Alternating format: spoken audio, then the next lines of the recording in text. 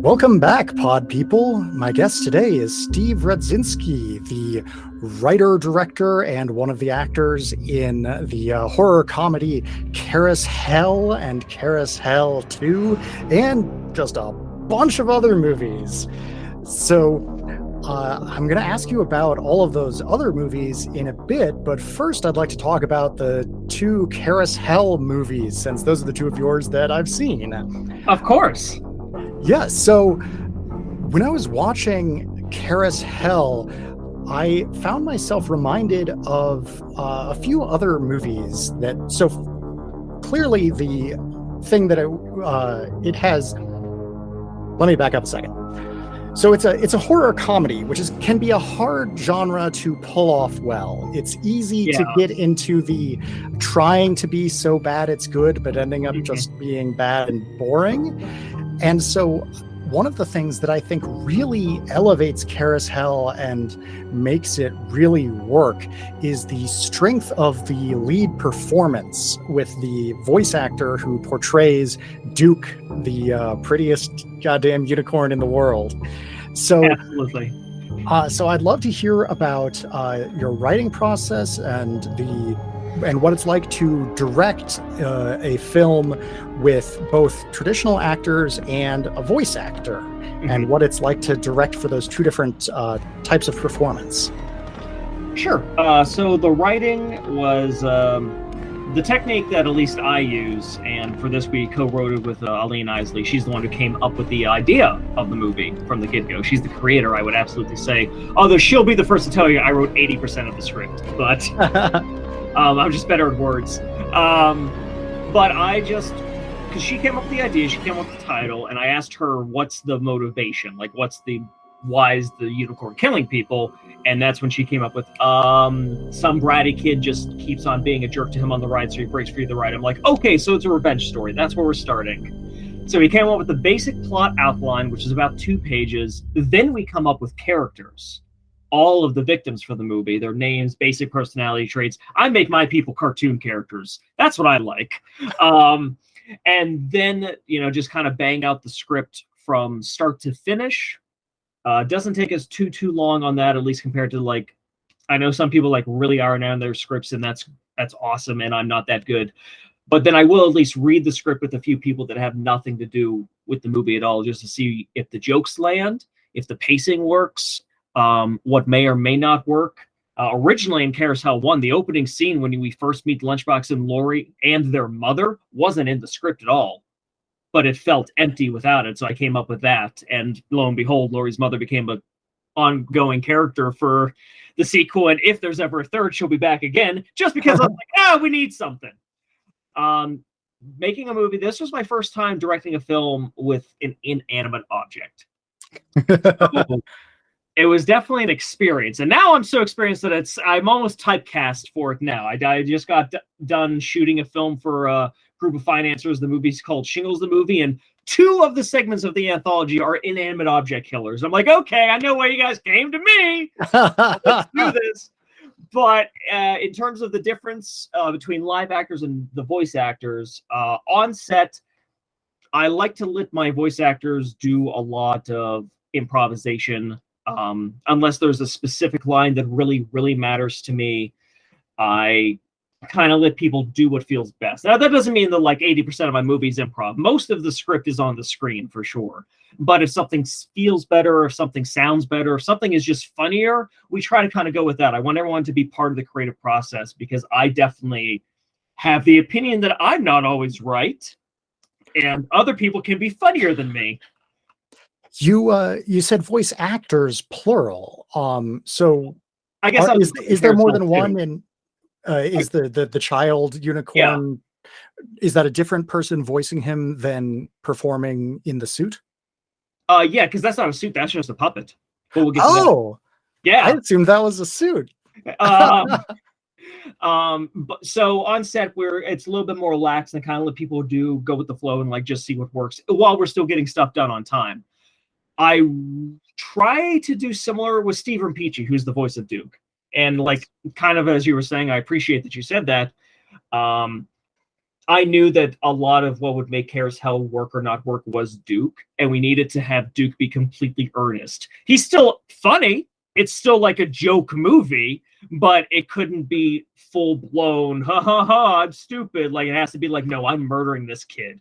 I completely agree. And that's another movie that it reminded me of in that regard is Jason X, the Friday the 13th movie where they go to outer space. Yes. And I remember some behind the scenes stuff on that. The owners of the franchise saying, okay, you can make this comedy movie and you can send him to space, but you have to take Jason seriously. And Yeah. I think the fact that Duke, despite being this, silly Ridiculous, concept, is presented completely straight and is performed with such like gravitas, it really makes the whole thing work well together. Thank you, like, so much. That means a lot to me.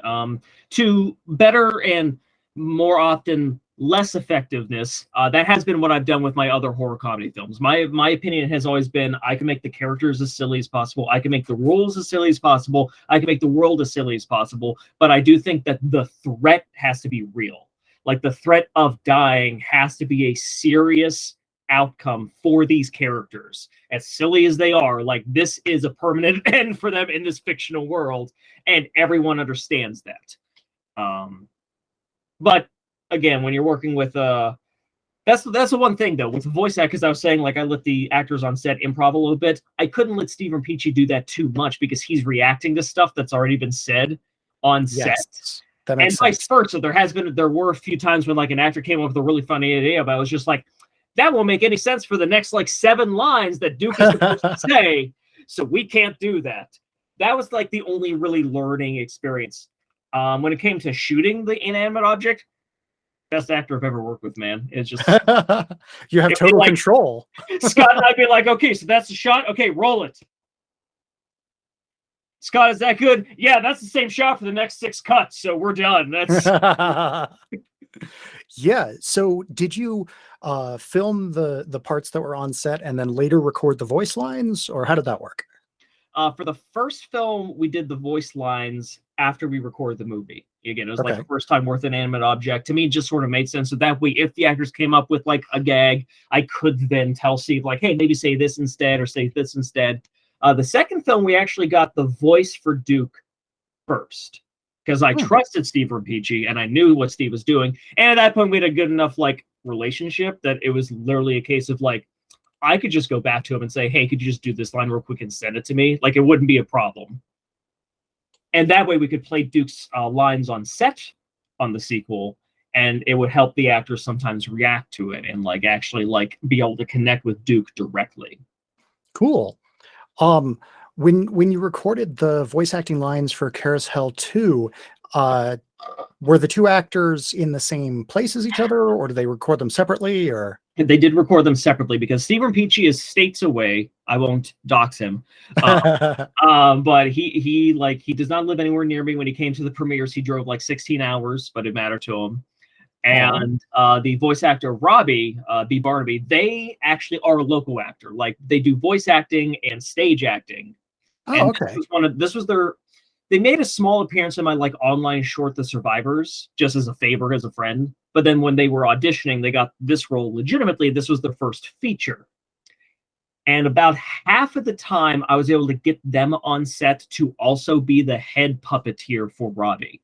Because in my opinion, because we still recorded their lines separately, like we weren't live recording as they were performing, but to me, they would be able to like hit the exact same moments and personality as they're speaking it, kind of like, Jim Henson and the Muppets and Sesame Street. The voice actor is usually the one doing the face, so that's what I kind of wanted for Robbie, because it was really important to me that Robbie was the cutest unicorn child in the world, and letting B control Robbie when they could was something that worked out really well. And when it wasn't B, it was usually Aline Isley, the co-creator, that also knew how Robbie would act, so that helped a lot. Yeah, that makes sense. Yeah, and I have to compliment the Robbie, I was going to say costume, but apparently puppet, because that was one thing that I noticed about the difference between CarousHell and CarousHell 2 is that the production budget, I'm guessing, was a bit higher on the second one, and certainly I'm guessing that the people involved were more experienced, because the first CarousHell looks like a lot of creativity and very little budget. And the second one, it looks like, I'm going to guess, you took some of your profits and reinvested them into that puppet, because like it has quality construction, it can blink, it speaks convincingly. It really looked like a lot of care went into it. I'll say a few things in response to that great setup. First of all, similar to how I knew Duke was going to be the success or failure of CarousHell, CarousHell 2 was dependent on Robbie. If people didn't care about Robbie, the movie would fail.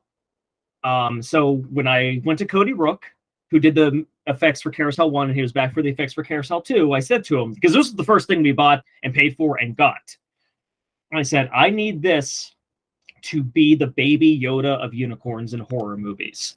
I want you to go all out and make this as cute as you can. And he gave us some sketches. And the only suggestion I had, because the design is all Cody Rook except for one thing. He originally had blue eyes for Robbie, like human eyes. And I said, no, go full Pikachu, all black, baby. That's what we're going with. That was the only change I asked for. The Robbie puppet alone was $2,500.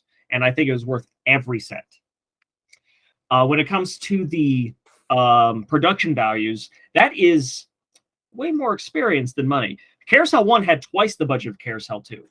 Really? CarousHell 1 had a $15,000 budget. Now, you got to keep in mind, it had a way bigger cast. We had more kills. So, like, $5,000 of the budget was just for the kills for CarousHell 1. Duke, we had to buy that. A lot of people will watch the movie like, I bet they wrote this because they just had a horse. Like, no, we had to buy a horse for $12. We rented. Sorry, I missed that. How much did you say that the $1,200?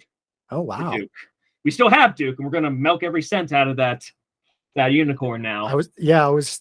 Listeners can't see, but you have a lot of props and stuff in the background. I was really hoping that one or both of the horses of the unicorns would be back there, but I don't see them. I'm sorry. You said you just put up the audience. I could have had Robbie on my lap. I could have brought up the potential villain for CarousHell 3. Oh man! Well, I'll definitely want to hear about that later.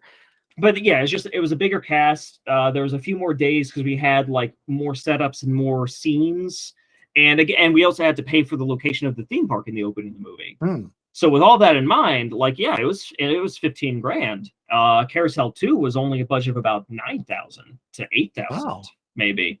Because one thing that helped was that we wrote it right before COVID hit. It was like February 2020, and I'm a pessimist to my benefit. So I was just like, I don't know how bad this is going to be for how long. So I want us to write this, keeping as few people on set as possible. So that's why one of the reasons why the entire middle sequence is just Klaus and Duke and Robbie. Because boom, that's Scott on camera, that's me directing, that's Aline on the puppet, and then that's Mark playing Klaus over there. That's it. Like, no concerns, and there's only a few villains, and when we do the kills at the end, it's like one at a time. In a perfect world, I would have liked a little bit more characters, a little bit more interaction, but especially at the time, like when we ended up shooting, it was right when the vaccine came out. So everyone on set had like one shot. Two people had both shots. So we were trying to be very, very safe, masked up, sanitized when we could. We didn't know exactly what the rules were. We aren't scientists. We aren't doctors, but nobody got COVID. So that's what matters to me. But that also helped keep the budget way down because there was less people, less locations, less setups. That's cool. That makes sense. And one of the things that I appreciated about CarousHell 1, and which is the practical kills, and then in CarousHell 2, I believe the first one that we see uses CGI, but then the explosion. The explosion. The head is a practical head, and the blood is practical. Oh, okay. And then I didn't actually spot any more CGI after that.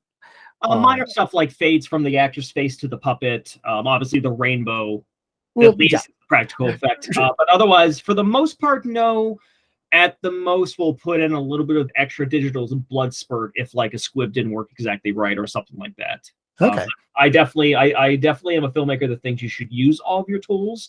I'm not one of the horror filmmakers just like, oh, CGI sucks, I'll never use it. Like, no, screw that. I'm gonna use it if it helps.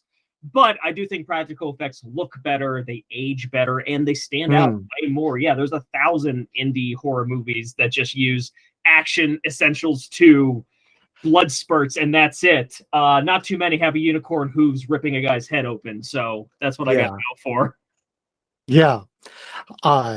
Yeah, you've touched on twice now things that I was planning on asking that I ask all the people I interviewed, so that's great. You mentioned how you knew that Carousel 2 would live or die on how much the audience cares about Robbie. And the question that I always ask the people that I'm interviewing is that, in my experience, the success or failure of a horror movie to me really hinges upon whether or not I have strong feelings about the characters. And these could be positive feelings, like with Robbie, where, he's a cute little unicorn. I love him. I want to protect him. Or they could be really negative feelings, like Lunchbox. Yeah, there's tons of characters in horror movies where I'm like, oh man, I can't wait for this person to get killed. And so aside from just designing the physical puppet to look cute, what sort of things do you do to try to get the audience to care about your characters like that? Well, in terms of Robbie specifically, I'll start there. It really was a case where Robbie was the foil to the Lunchbox character. When Alina and I started working on the outline for Carousel 2, I already said, if the first movie is about a child that everyone wants to see dead, I need the sequel to be about a child everyone would die to save. So we just kind of started there. We took every single negative aspect of Lunchbox and flipped it over. Just like, this is going to be a genuinely sweet boy. He's going to be kind. He's not going to be spoiled. He's going to be caring. He's going to be empathetic. He's going to legitimately love his mom and dad and the world around him, to the point where you just can't help but be like, I want to protect this snowflake. And obviously you never know if that's going to work until you're with an audience. But when I saw it at the first few screenings and I heard people screaming at the screen as the Nazis were torturing this child, I was like, I did it. I have the same victory here as I did when the entire theatrical audience got to their feet when Lunchbox got hit by a car in the first movie. Man, perhaps it's just because I can relate to having been a little brat, but I liked Lunchbox. I thought he was fun, and I think he's a hilarious character. Like, don't get me wrong, but he is definitely meant to be the antagonist. Okay. And I will, for like Lunchbox, I took a little bit of inspiration from like pro wrestling when it comes to like setting up expectations and maybe not delivering, but then giving the audience what they want. Like, that's that whole ending. I was like, I want everyone to be disappointed for the next 20 seconds and then get that sweet release. It's BDSM, it's consent. They're gonna like it. And it kind of reminds me of Mean Girls. Yes. Yeah. Like you said, like, strong emotional connections to the characters, positive or negative, is a big important factor for me. Again, even though I'm making silly comedies, even though I'm writing like cartoon characters, like I want there to be enough with these characters that you can feel something emotional for all of them. Sometimes it goes further than I intended. To this day, I am blown away at how many people just simp for Joe the Pizza Guy, which I was bullied into playing. I did not want to play that character. Tell me about that. How did you get bullied into playing the character? Well, I just wrote Joe as is. I wrote Joe, like, I wrote him on the page exactly how he's in the movie, just in a way that made me laugh. I thought the character was fun. I was like, okay, I need one character that you are rooting for that isn't just Duke at this party, because everyone else is an asshole. I need someone that's just like, I just want to get paid and go. That's all I want. And as we finished writing it, Aline said, you'd be perfect for Joe the Pizza Guy. This is exactly the kind of character you play. I'm like, yeah, I know, but like, I don't want to star and direct. Like, I'll make a cameo and direct. I don't want to star and direct. I did that for Captain Z because the financer forced me to act in that one. I don't want to do it again. I'll do it for my cat movies because it's just me and my cat. I'm not going to do one about directing 20 people. Then the cinematographer read the script and said, Steve, you'd be perfect for Joe the Pizza Guy. I'm like, I don't want to play Joe the Pizza Guy. I just want to direct the movie. Then the financer with the money, who was just paying for the whole movie without any creative control, read the script and said, Steve, you should play Joe the Pizza Guy. I said, yes, sir, that's a great idea, sir. Absolutely. And then I was Joe the Pizza Guy. Yeah. I think that Joe the Pizza Guy, at first when I saw it, I was like, oh, okay, writer director, and here he is, one of the main characters. That's usually a bad sign. I agree. But then the problem that most often arises with that sort of situation is that that character is like an author self-insert who's always right and perfect and everybody loves them, sort of thing. But instead, Joe the Pizza Guy is really sort of put upon and ignored and keeps having problems. And so I think it ends up working quite well. I never ever want to make myself the big time hero main character, because it's very obvious and I don't like it. The closest I ever got was that I did it to myself. Like Captain Z, I played a hero character, but again, that was the Financer story. I just played the character he told me to play. I'd still feel bad, but not that bad. Super Task Force 1 was the closest I ever got, because I made myself the hero of the story, but I was still a total dipshit. So, like, just as a basis, even when I get close, I'm still like, man, this guy sucks, doesn't he?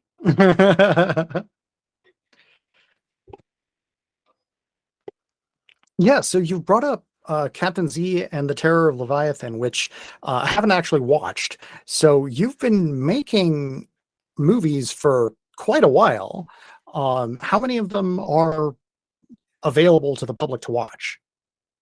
My entire career since 2011 are available for physical sale at my website and digitally on my Patreon, Steve Buster. And all of my films, except for the made-for-internet shorts of The Slasher Hunter and The Survivors, they're all on Tubi right now. All right. Yeah, Amityville got picked up by Tubi, but it's not live there yet, and they never tell us, so eventually it'll be there. That's Amityville Christmas Vacation? Yes. Cool. Which is coming. I'm gonna guess they're gonna put it up in December. No, I think they'll put it up November. Oh, okay. Because December is usually when like the studio overtakes a lot of the digital and streaming services. It feels like Tubi tries to push their stuff a month earlier. Like CarousHell got a big push by their algorithm in September and isn't doing it all this month, which is fine. But like I can kind of see their math and what they're doing over there. So it sounds like you're pretty involved with Tubi. Tell us a bit about what working with them is like. Well, I will say that I kind of go through a middleman called Film Hub, which is a great resource for independent filmmakers. I suggest it to all independent filmmakers if they aren't familiar with it.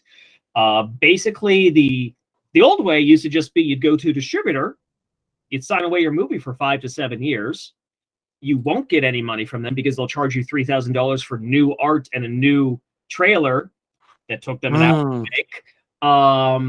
And they had the contacts to put the movie possibly in a couple stores, which didn't happen for like the past 5 years, and the streaming services. Aside from that, at the time, only Amazon lets you submit directly. Yes. Amazon's throwing indies in the trash, so that's a different topic that's like hours long. We won't talk about that. But what Film Hub is, it's a middleman aggregator that has the same contacts as all these distributors, but you're not signing a deal with them exclusively. And they're only keeping, I think, like 30% of the cut, which is like 40% less than your distributor would usually keep. I was going to say that's pretty reasonable for publishing. Absolutely. And they have a QA, they have a quality control. The only thing is that you got to do it all yourself. So if they say, hey, this audio is bad, you got to fix the audio. If they say like, hey, your words are too big on the art, you need to know what to do. So if you know how to make your own art deco, if you know how to make your own posters, if you know how to like update your own edit, Film Hub is great. If you don't know how to do all that stuff, then yeah, that might be where a distributor would still be like a resource for you or something. Okay. But it's because of Film Hub that I've gotten onto Tubi so much. And at this point, like they accepted CarousHell 1 when I got the rights back almost instantly. They accepted Amityville Christmas Vacation like 2 days after I uploaded it. I don't know if that means my movies are doing well enough for them that they like see my name and kind of fast track me in a sense, or if they're just like so desperate for an original Christmas movie that they're just like, oh, I don't care, just bring it. Either way, it's a win for me. So Yeah, that's fantastic.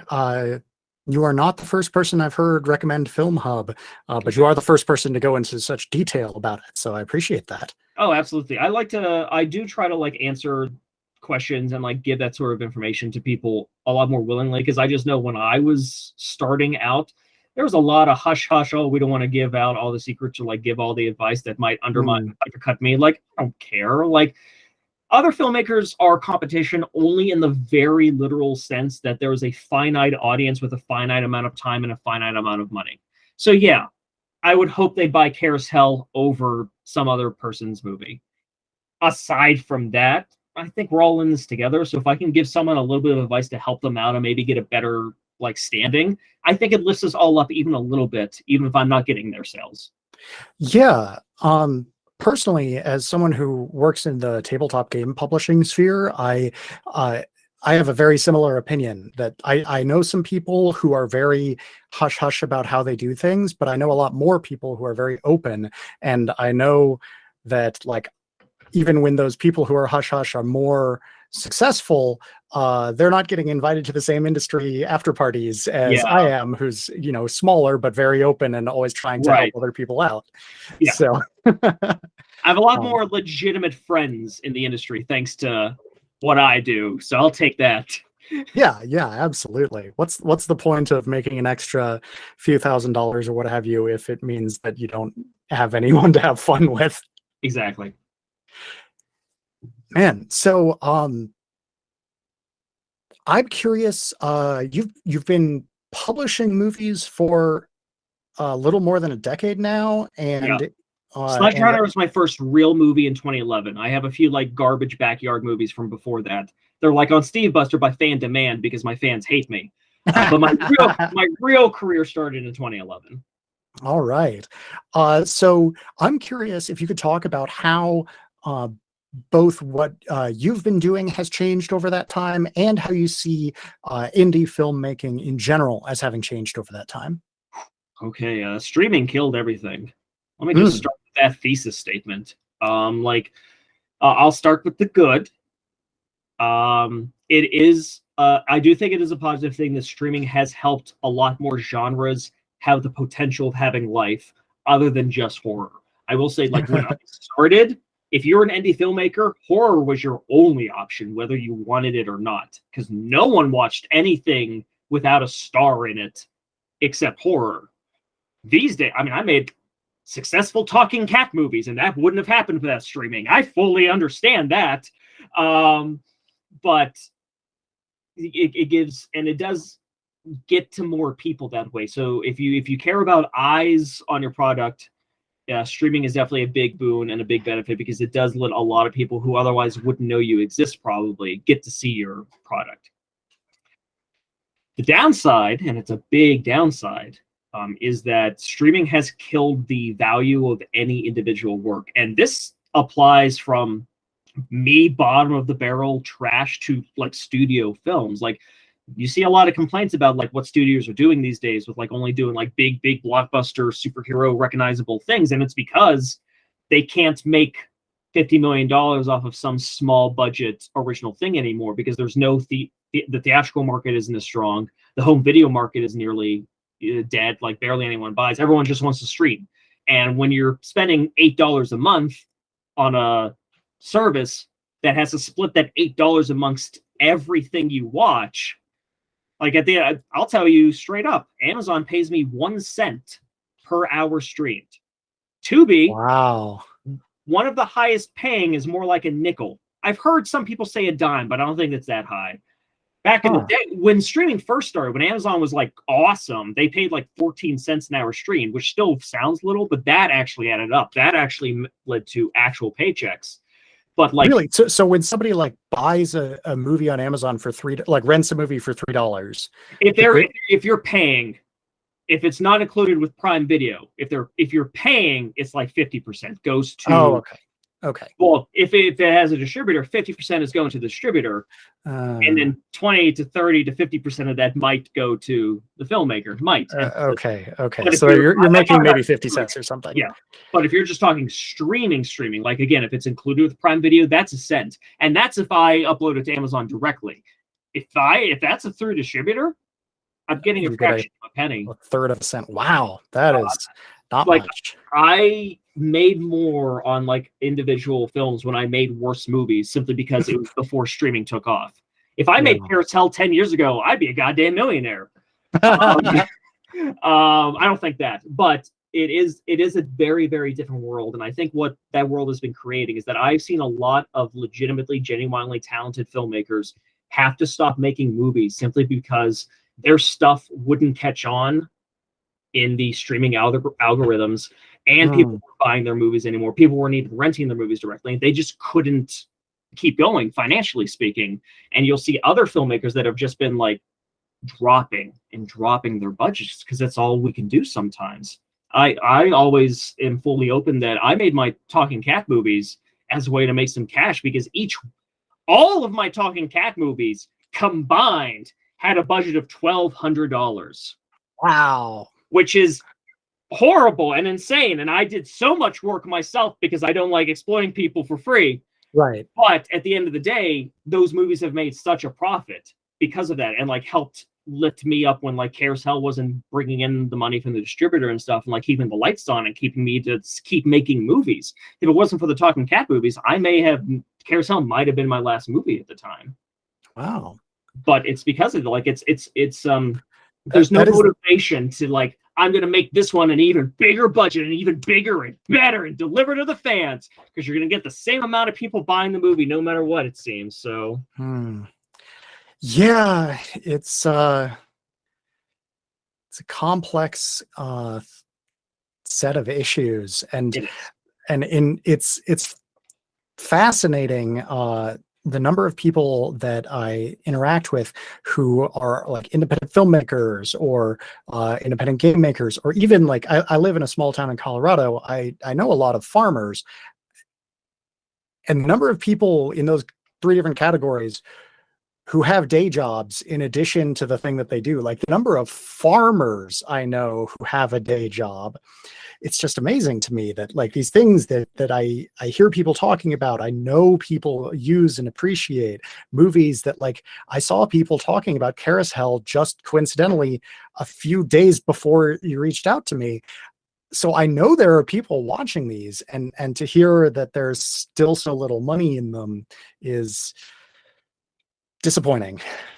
it can be hard, and that's why I created Steve Buster. I don't want to come off as a car salesman here, but like I charge like $3 a month to watch all of my movies, which is nothing for the amount of work that I put into them. Like if I'm being like very earnest and straightforward, and like forthcoming, like $3 to watch 11 years of my life, that's nothing. At the same time, that's worth 300 views on Amazon.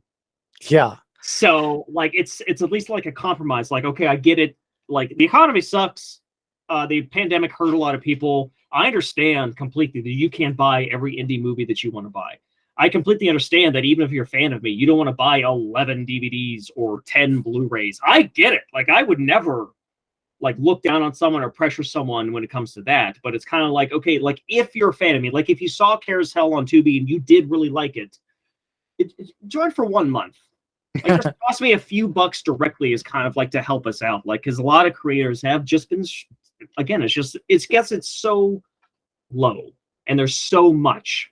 I mean, Mike put it best. It's a buffet. All these streaming services, that's all they care about is the buffet. Yeah. Yeah, that's interesting.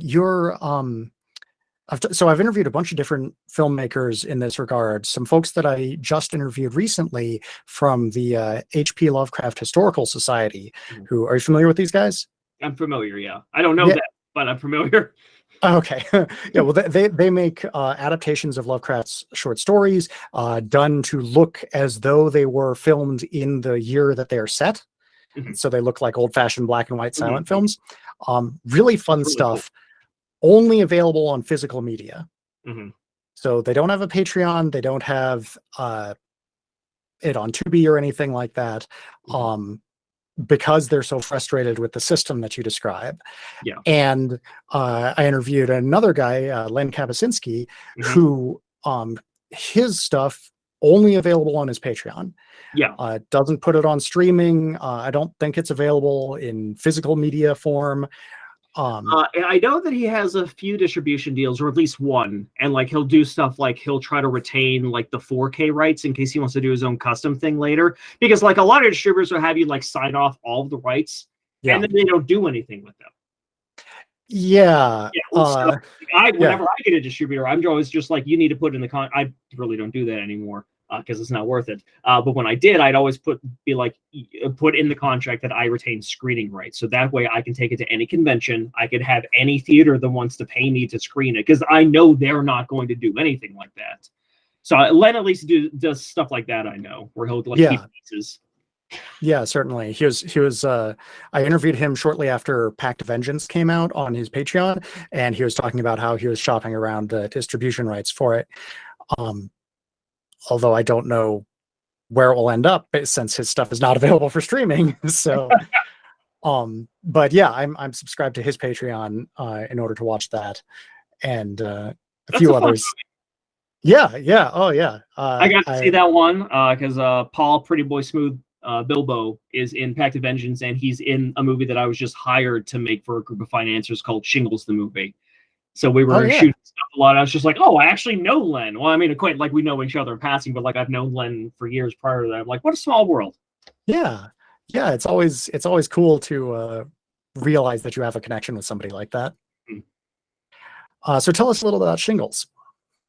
So Shingles was another one of those.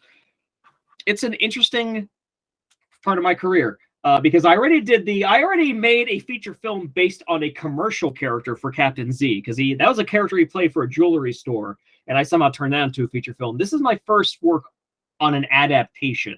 Shingles is a book series written by a group called Authors and Dragons, and there's like over 50 books in the series. They're a parody of Goosebumps, but this group they do fantasy books. They do like this Dungeons and Dragons podcast. They have enough fans around the world that they have a yearly convention just for themselves. Oh wow! I made a lot of money at the last 2 times I was a guest there. That's fantastic. Through speaker fees or selling merch and DVDs? Just selling my stuff. Great. Just speaking from that sense. But so they saw CarousHell and loved it. And like they apparently have been talking about doing a Shingles movie for a while. But they were just like, this is an impossible dream.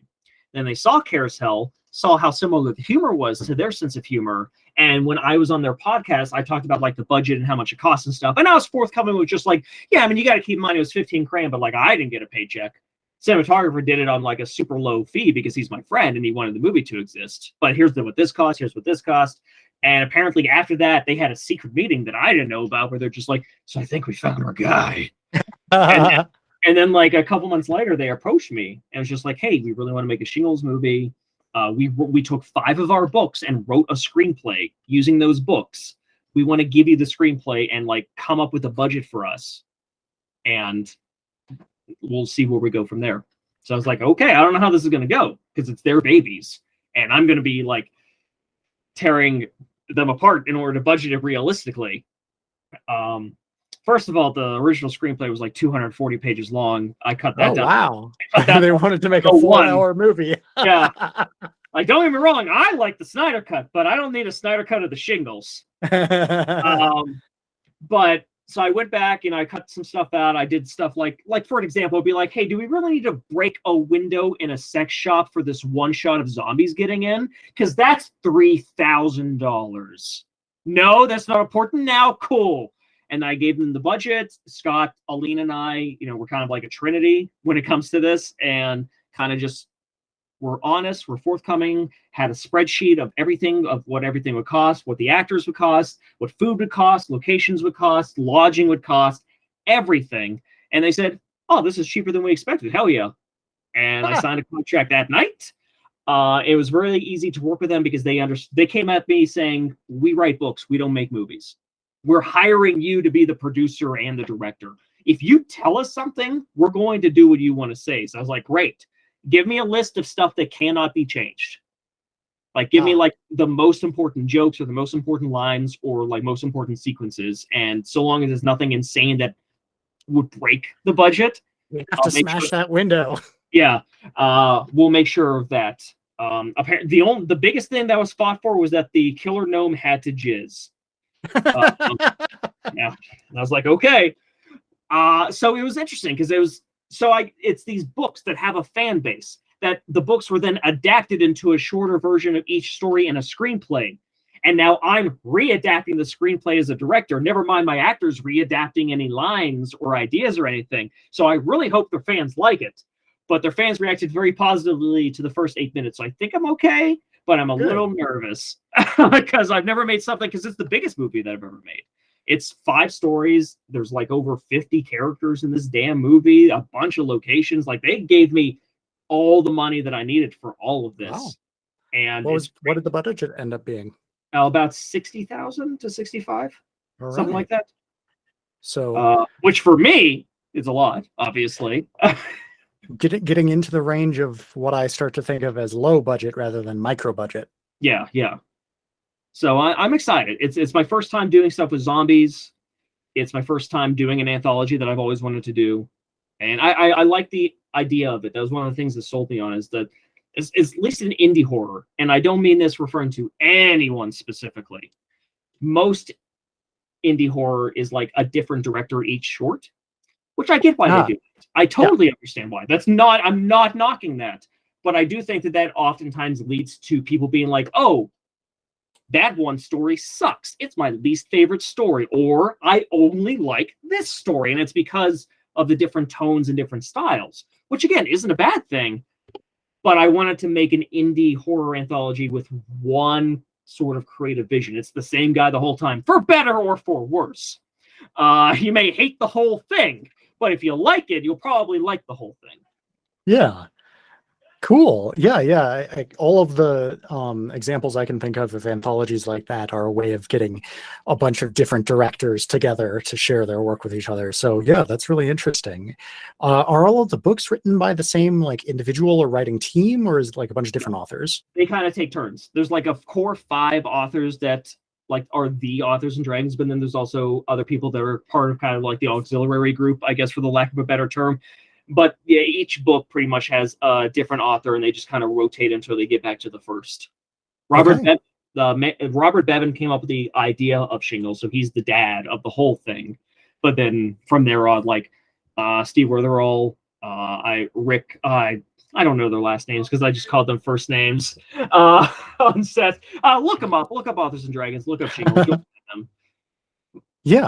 The teaser trailer that I made for their fans. So I put the name of each author of each book in the movie in the teaser trailer. Cool. Yeah, so I'm curious if you could talk a little about the physical production of the films. Like, do you? Oh, wait, sorry. Before we get to that, one last question about Shingles. Where will it be available once it becomes available? I don't know yet. Okay. Because it's their movie. So Scott Lewis is working on the edit now. I told them that I wanted to get the final cut done before 2023.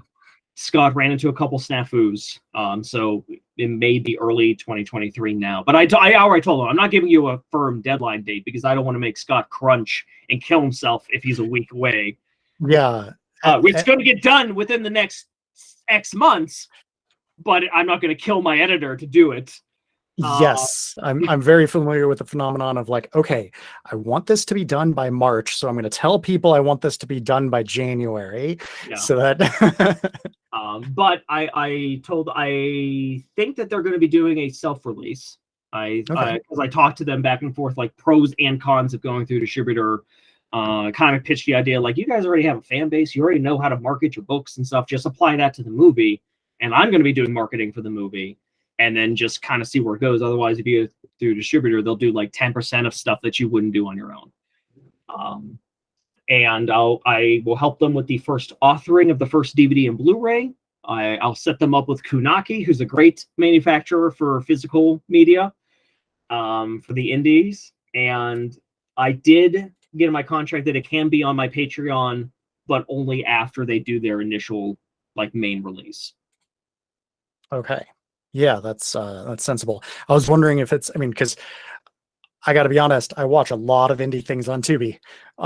So I mean, I told them about Film Hub and stuff too, that I can help set them up with that. So if they do go for the self-release sort of thing, I'll be like, make your own account, make it a password I can type in, and I'll do the rest. It's in my contract. I can do that for you guys if that's what they want to do, and I think that's what they want to do because they have the right idea. Where like a lot of they did a Kickstarter, and most of the budget did come from their fans, and then they made up the rest themselves.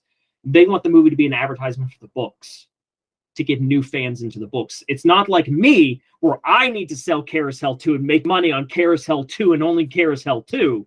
These guys are like, yeah, someone might buy 10 of our books. And that's great. You know, like at the convention, they made back like a significant portion of the money they put into it by selling Shingles the Movie, the book, which is like a hardback book of all the books and the screenplay put together. Ah. So clever. like they have multiple avenues of income, so I think they'll do well, and there might be a Shingles too. But that's not my bag. If they want me back, I'd love to be back. All right. That's good. Yeah. So talking about selling merch and stuff at conventions, since the main characters in CarousHell and CarousHell 2 are so like visually distinctive and there's no issue of like actor likenesses or anything, have you thought about selling merch of the characters or anything like that? It is massively expensive to like do figures. I looked Yes. into it for Duke. It is not viable whatsoever. I did the same for like stuffed animals for Robbie because I thought Robbie plushes would be a big seller, and they would be, but like it costs an excessive amount of money to make a custom plush of an, even if it's super simplistic, which Robbie would be. He's all white, he's a horse, and he has a horn. That's it. We don't even need clothes for him. It would still be like hundreds and hundreds of dollars more than what I think we could eat. I don't want to sell these things for $100 a pop. I don't want to sell these things for $50 a pop. You know, they're $20 for a Robbie plush, and even that people will be like, "Oh, that's too much," because this isn't a Marvel movie. Right. Understandable. The one thing that I was able to do was that Alina and I, we actually designed a deck building game based on CarousHell. So we did CarousHell, the deck builder game, which we sold that for a loss, only like a $2 loss, but we sold that, and enough people bought it and loved it that then we did the Meowie expansion, which is an expansion of new characters and new cards to add that are just from the Meowie movies. We made a few bucks on that, and then when I got hired for Shingles, their fans are super into games. Half of their convention is card games and board games, so I got them to license Shingles the Movie to me for card games forever. Ooh.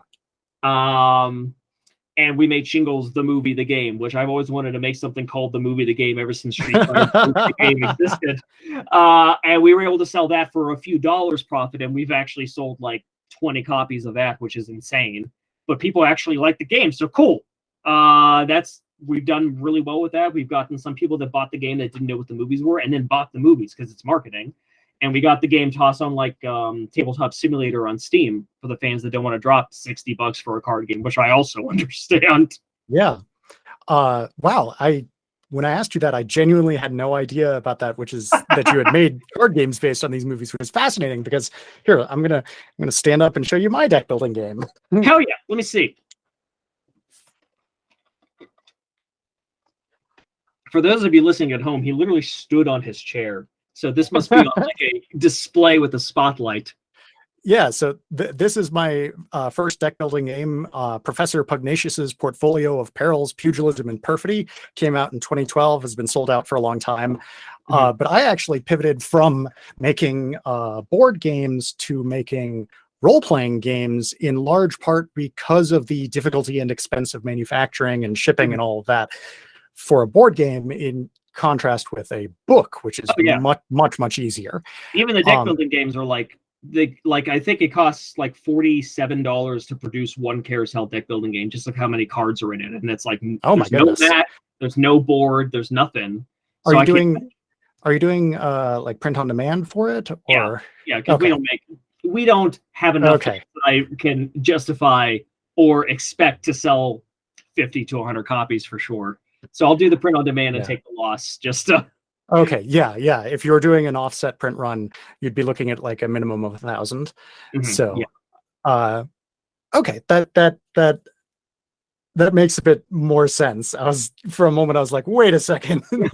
I have enough fans that I can definitely sell 1,000 movies. I don't have enough fans that I can sell 1,000 deck building games.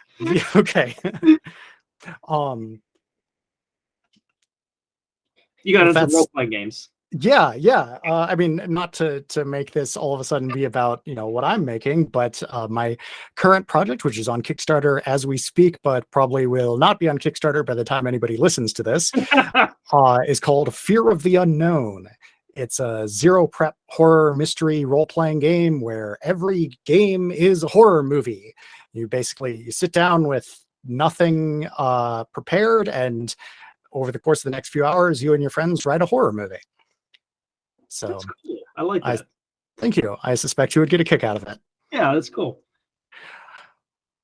So, the next question that I always ask all of my guests is, where do you see indie filmmaking going in the next 5-10 years? Or even further than that, if you feel like being Nostradamus. Oh, goodness, no. That's the problem. It's so hard to even come up with a guest these days. Like I talked about the whole streaming problem. I think that's a problem that is going to pop. Interesting. I don't think streaming is going away. That genie's out of the bottle completely. But I do think that there's going to be a case where streaming is less worried about filling the buffet, where streaming is less. You can get everything you want here, and the smaller companies that couldn't afford to outlast the major studios are gone, and now Disney and Fox and Amazon and Sony and Warner Brothers have way more power of dictating what little gets on their services. And if that happens, and that's my fear, then where do we go at that point? Like I've seen a dozen, I'm launching an indie service for indie movies. Rise and fall, or not even rise, like just be like an idea, and then the guy realizes how hard it is to come up with your own streaming service and offer it on Roku and stuff, and how insane it is. And that's part of the problem too, is that it's not something that, like, we got a lot of power. I'm not going to simp for a billionaire, but we got a lot of power when PayPal became an option. Because I remember before PayPal was even a thing, when I was just making garbage backyard movies that I shouldn't have been selling. But like, it was so impossible to sell online. And then PayPal showed up and it's just like, now I can take credit cards. Now I don't need to get into a store to sell a physical copy. I could just sell it. And that was huge. And, again, with streaming, we have that access right now. I don't know if we'll have that access 5 years from now. Right now, Tubi TV is awesome. Even as a fan, I love Tubi TV. It has like the biggest variety of everything that I love. So did Prime Video back in 2012 and 2013 and 2014. And now it's not, because they got themselves established, they made their money, and then they were able to, like, hey, major studios, just come with us. And now we're self-producing our own $100 million stuff. And I'm afraid Tubi will go down the exact same path, build their building blocks on indies. And then it's similar to what happens to sex workers on a lot of these platforms, is that they're nothing. They use sex workers, they build up, they become legitimate. All right, no more sex workers, get out of here. Don't need you, you whores. A problem I'm intimately familiar with. So that's a concern. And like, if Tubi kicks us off, I don't know what's next. I don't know what's left. Like, I'm on a lot of channels on Film Hub. I'm making fractions of a penny on all those other channels. If it's on Amazon or Film Hub or Vudu. Oh, so is the problem that you foresee with Tubi that they drop the payouts and then it's just not worth it anymore? Or do you think they actually will, like, remove the films that they currently have? I think it's going to be payouts and then movies. Because that's what happened with Amazon. They used to pay 14 cents per hour streamed. Then they dropped it to 10, then 8, then 5, to a penny. And then they introduced this new thing. It's just like, now if you get so many hours viewed, we'll pay you 20 cents per hour streamed. By the way, the hours viewed are only hours that go to like major studio blockbusters, and it's impossible for literally anyone else to get anywhere near that. And then they kicked off a lot of indie movies. And at first, it was stuff that you were kind of like, oh yeah, no shit. Like something like full frontal nudity and like nearly like penetration and stuff, like shock movies. And it's just like, yeah, of course they don't want that for free on their service. They don't want a kid to randomly find. I get that. But then they started dropping movie after movie after movie. And like I knew small distributors that were just like, our entire library's gone. We woke up and they removed all of our movies. And it's never, some of the movies were legitimately high quality, at least in my subjective opinion, because it's all subjective. Better than other movies that they kept up. Some of the movies had like really good hours streamed that were taken off. So it wasn't a case of like a lack of interaction. They just, whoever was in charge was just like, we don't want this low budget trash anymore, and kicked most of them off. And that can happen at any time. When did this happen? Oh, the indie purge was like, I think it started happening in like 2016, and like it was happening from like 2016 to 2018.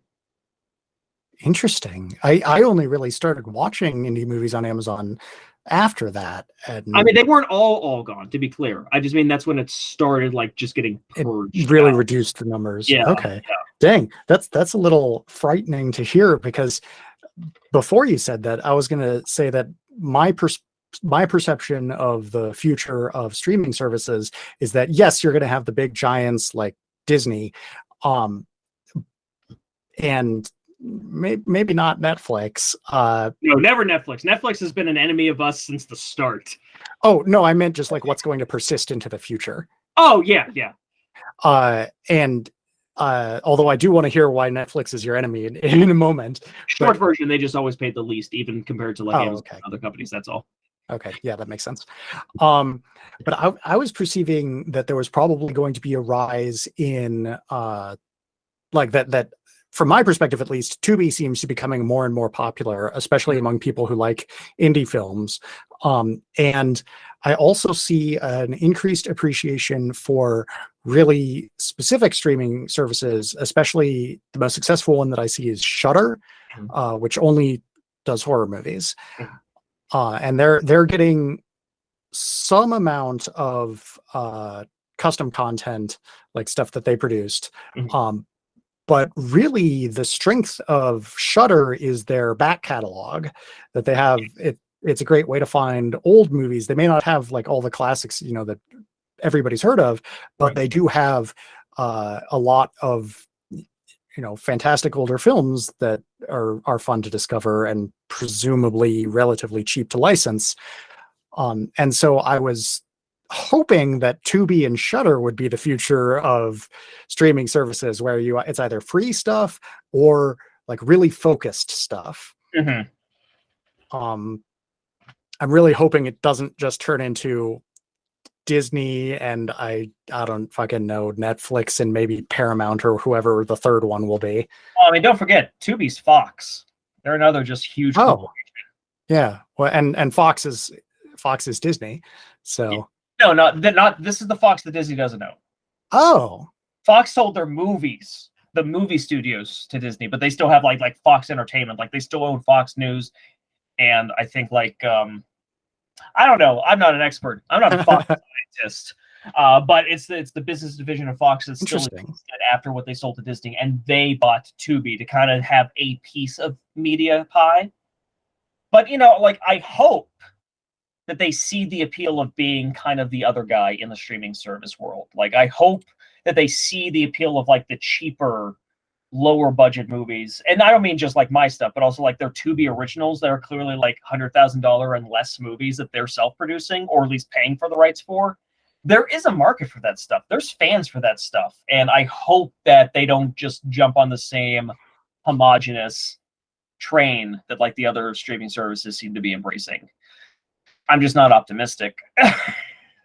Yeah, and unfortunately, Shudder is owned by AMC, so none of these are truly independent things anymore. Yeah, and even Shudder, like I mean, like I love Shudder, but you got to keep like this stuff is expensive. Like streaming that much content, that much data. Like I'm a kind of a big deal in the Shudder Discord. They pop when I show up. I'll do some live screenings there sometimes. But like I see people and they're complaining from time to time, and it's new people, but it's always the same complaints. Just like, sure, it's only 720p, and I'm just like, whenever like a DVD, whenever it's free, I'm sorry, I meant to say whenever I'm free, I try to pop in and be like, hey, like here's a comparison of file size of my movies. Here's what 1080p is, and here's what 720p is. Here's what 4K is. I don't care how successful Shudder is, even being owned by AMC, like by being a niche, that's kind of the best they can do, and I get it. Like, there's plenty of stuff to complain about with corporations and companies, and even services like Shudder, but like at the same time, when you got 1,000 people trying to stream a movie, the difference between the cost of 720 and 1080 is monumental. Yeah, absolutely. Okay, so you talked a bit about the future of independent film distribution. Yes, Can you talk a bit about the future of independent film production? I do think that will depend on what the future of distribution does. If things stay consistently, I can see production becoming brighter.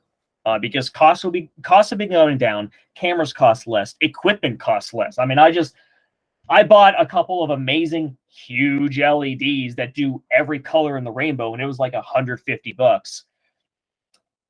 Halogen lamps, when I was first starting, was like $300, and that was just white, and it made everything's catch on fire. Like the transition from literal film to digital, right, much less a fire hazard now. Exactly. So I do think that in that sense, there'll be more creators. Things will be more accessible to create like legitimately good-looking films for very little money. And I hope that happens. I've always been in the boat of I'd rather there be more art than not more art. I don't care if it's dumb. I don't care if people think it's bad afterwards. I'd rather it exists, and I want everyone to make whatever crazy, insane idea that they come up with, if they can make it. But I do think that if it is the more pessimistic future of distribution, and it becomes even harder to like make any sort of profit on your films, you are going to see a lot more people shift away from features and like be chasing trends like TikTok or I don't know, Vine 3, whatever's in the future, and like just like streams and gaming things, which is fine. I'm not knocking any of that. I just mean like more people will go to that because of the low cost, and like the only ability to make money with that. Or you'll be seeing features that just cost less and less and less. Instead of me saying like, oh, I got myself and a cat, I'm gonna make a $300 movie out of spite because it's fun. You're gonna be seeing real business filmmakers being like, I need to make a feature for $300. I can't spend more than that, and that's going to lead to lower quality, lower care, even less like risky ideas and original ideas and concepts, and also more exploitation of workers and stuff. Because I hate that. I really, really, really, really hate that. Even at my level, I pay everyone on Carousel 2 shingles. I pay everyone. I may not always be able to pay everyone what they deserve. But I also have shorter work days, so I think that's the balance. When it's an 8-hour work day, getting $100 for the day is fine. I don't make people work 14 hours. But if people can't make a profit off of $1,000 movie, how can they pay anyone to do anything? So what's going to be the result of that? I don't know. Is it going to be movies aren't getting made, or is it going to be more like, hey, why don't you get an IMDb credit? And that's it. Yeah. Man, for such an upbeat seeming guy, you definitely gave the most pessimistic answer to that I've gotten so far. Sorry. No, I appreciate the honesty. It's good to get the variety of perspectives. I hope I'm wrong. Like at the end of the day, I really do. And that's part of my pessimism. When I'm wrong, it's a good thing. I just know what I've seen from 2011 to 2022. It's in just that short amount of time, relatively speaking, it's an entirely different world. It's so much harder to make money. I see less people getting paid. Like I don't want to sound like a bleeding heart, or I don't want to sound like I'm making myself a messianic figure here. But like I've heard from so many people on my productions that's just like, you're the only one that's paying in the area. I'm like, how the hell is that possible? How, like, there's this movie. Yeah, you're the only one paying. I'm like, oh, is that why everyone's like losing their minds to audition for this stuff? I thought they liked me. I was wrong. Not really. But like, and again, like I'm not paying a lot. I wish I could pay more. And even then, people are like, just yeah, go to Steve. He'll pay you. He'll pay you your last day. You don't have to fight for your money. It's just like, how is this happening? How is this the current state? And I want things to get better, but with how things have progressed, I just don't know what that next step could be to make things better. Yeah, that's interesting that the what you were just saying about being sure to pay everyone who works on your movies. I had almost exactly the same conversation with Len Kabasinski, where he was talking about how, you know, he takes pride in the fact that he does actually pay everybody, and not everybody does that. Yeah, Which is, yeah, no, he definitely is. And it's fascinating to me that that's not the norm. But I guess when people are just doing it out of when like the director or producer is doing it out of passion, they might expect other people to do it out of passion. But and that's not okay. Like, and don't get me wrong, like from time to time, like I paid an actor on Captain Z. She had a legitimate gig. When I did Meowie Halloween, I was just like, hey, as a favor, do you want to come act for 4 hours for nothing? Only because I know her personally and I know I've already given her a check. And in that specific situation, that's the only time I do that. And even it's a very similar thing where it's just like 4 hours. I want you to be in and out. I don't want to waste your time. I don't want you to like kill yourself on this. Like, this is a fun movie that I'm making for myself. You can say no. I won't take offense if you say no. But so far, everyone has been like, no, I love working with you. Hell yeah. So I don't want to say, if anyone listening to this at home is a independent filmmaker that is just starting out, I don't think that there's anything wrong with making a movie with your friends, or at least people that you know that coming in on the film from the beginning know that it's like a passion project where no one's making money, including you. Don't waste their time. Understand that they're working for free and respect that and their time and their efforts. So if like they want to be done, they're done.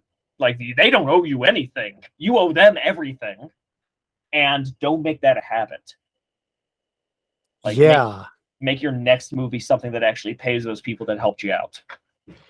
And if I can add one more thing to that, I forget who it was who I was talking with told me this. If you're not going to pay them, you should at the very least feed them. Oh God, yes. Oh yeah. That's such a given to me but you're right. That needs to be said. I have definitely been on a couple sets for a friend that I helped out, and there was like no food. I'm like, what the hell is going on?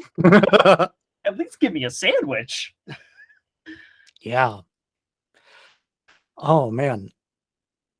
Well, you mentioned earlier that you have like some nicer lights than you started out with. I'm also curious what camera you're using now, and if you could talk about like what cameras you were using in the past and what the differences are like for you.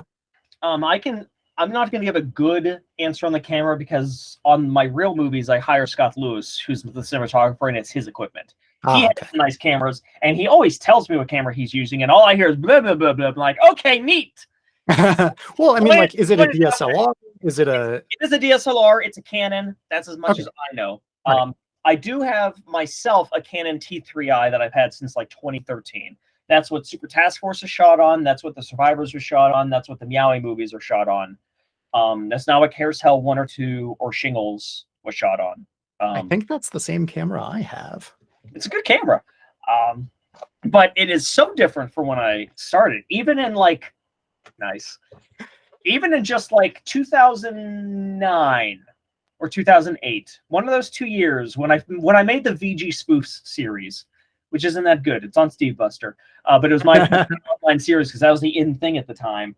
I spent like $2,000 on a Panasonic DVX100B because that was like an amazing 3-chip camera that shot in 480p, baby. Ooh. And it was this big. And at the time, I was just like, oh, this looks so good. The colors pop. And we used that for a few years. And 4 years later, I got a DSLR for $500, which shoots at full HD, and it looks better. And you don't even need, if you don't care, you don't even need to switch the lenses. It looks better than that piece of garbage that I spent thousands of dollars on.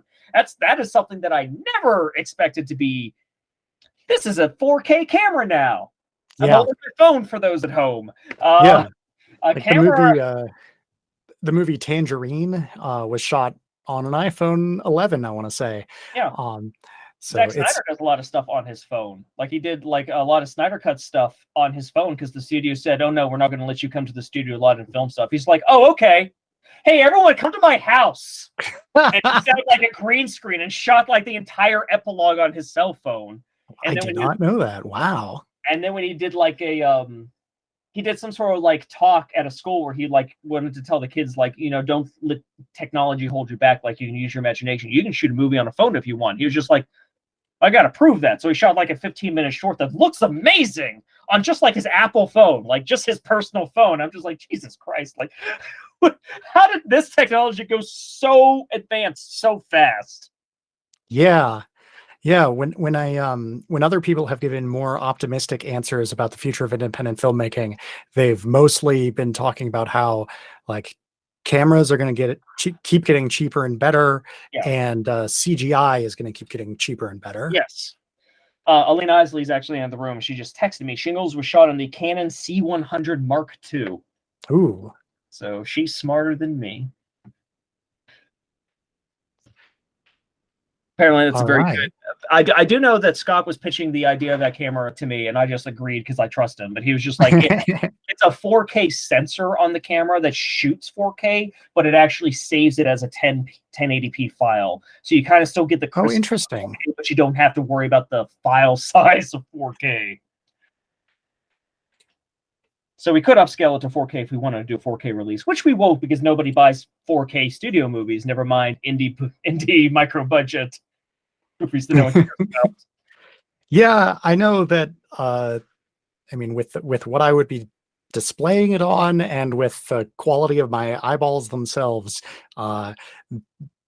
film, or not film quality, but video quality, or actually not video either, digital quality, I guess, has long since surpassed my ability to actually tell the difference.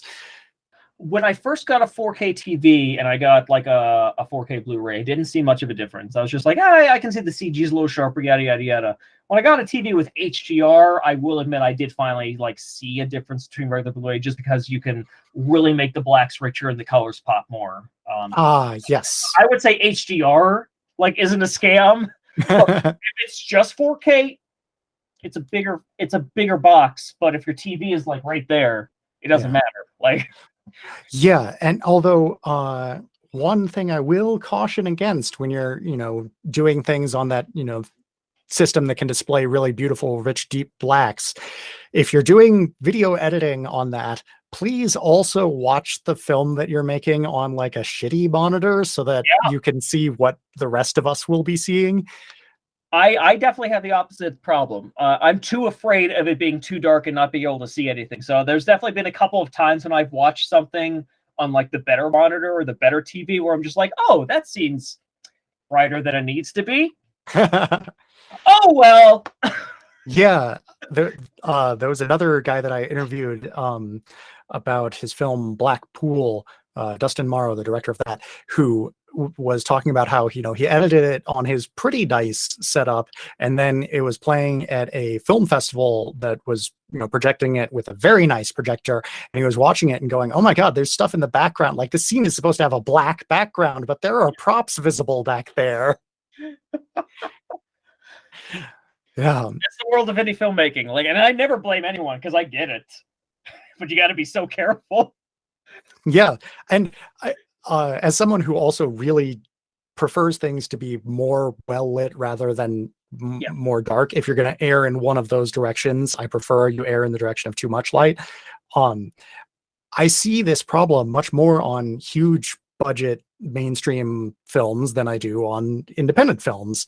And talking with some editor friends, the current leading hypothesis is that the people doing the editing are doing it on ultra high-end, like you said, HDR screens where the blacks are incredibly black, and the difference between black and gray with 1% white or whatever is really obvious. But then on my not nearly as nice home setup, it's not obvious. No, yeah. In that sense, I do at least like my monitor set like with HDR, to put it in the most layman's terms for any listener, because I'm assuming not everyone studies this crap at home. You can basically choose the setting of HDR, which makes the blacks blacker, or you choose the HDR setting that makes the colors brighter. Like, you can't kind of do Oh, both. So interesting. I always pick the colors myself. A lot of like cinematic fans, especially for the home setup, they will sell and push like, no, you should pick the black's blacker because that'll make it a much more cinematic experience. I'm like, yeah, you're probably right.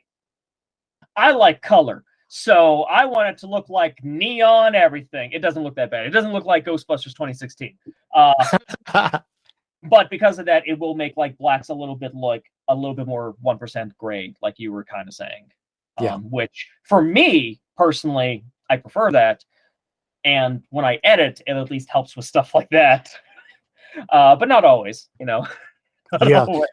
I'm with you on being a big fan of vivid color. And listeners, you can't see this, but the setup that I always use for streaming is I have a red light on me, and I have a blue light, a backlight for me to really make me stand out from the background.